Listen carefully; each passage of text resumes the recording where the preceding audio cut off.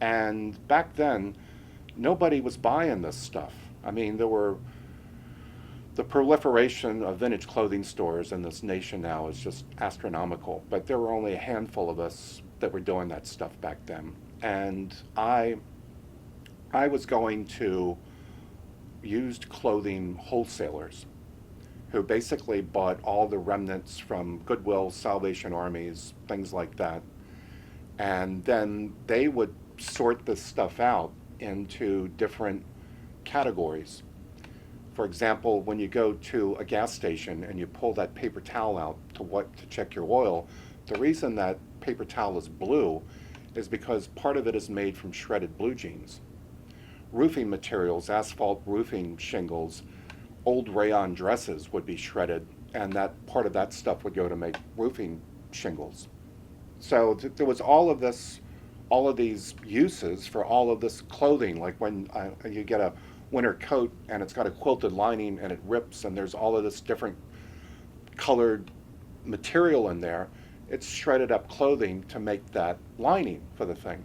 So all of the people had figured out uses for all of this unwanted clothing. So here come these long-haired freaks, as we called ourselves back then. You know, none of us called our each other hippies. You know, that was something that the establishment called us. We called ourselves freaks because we were freaks of society. We didn't want to fit in with everything else. So here come these long-haired freaks to these used clothing places, and they loved it because we were buying all this stuff that they really didn't have a use for, you know, and we were paying more money for it than they were getting from the people that they were selling it to already. So we'd go there, and there was this place up in Harrisburg, and we'd go, and the place was about a block long, and it had railroad tracks going through this industrial complex, and there would be boxcar after boxcar after boxcar of baled up clothing. And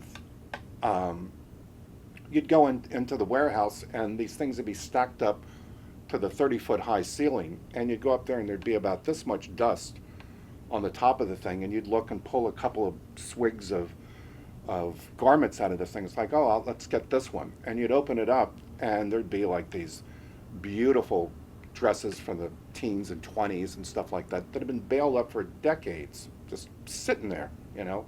Sometimes you'd pick them up, and they were just dry rotted, and they would shred as you would pick them up, and you would be the last person to see and admire the beauty and the detail of this gorgeous gown before you throw it in the baler to turn into roofing shingles, you know. So I was going up there and just buying this stuff every single week. I go up every Wednesday, get up there early in the morning, stay until they closed at 5 o'clock, 6 o'clock at night, dog tired, and fill my van up, or I had a pickup truck. And sometimes it would be mounded up over the cab of the pickup truck with a tarp over it, like that. And I would just come back and I was buying and buying and buying and buying, and people were saying, what in the world are you going to do with all this stuff? You're crazy. You know, it's like, what are you going to do with this stuff? So Where were you storing it?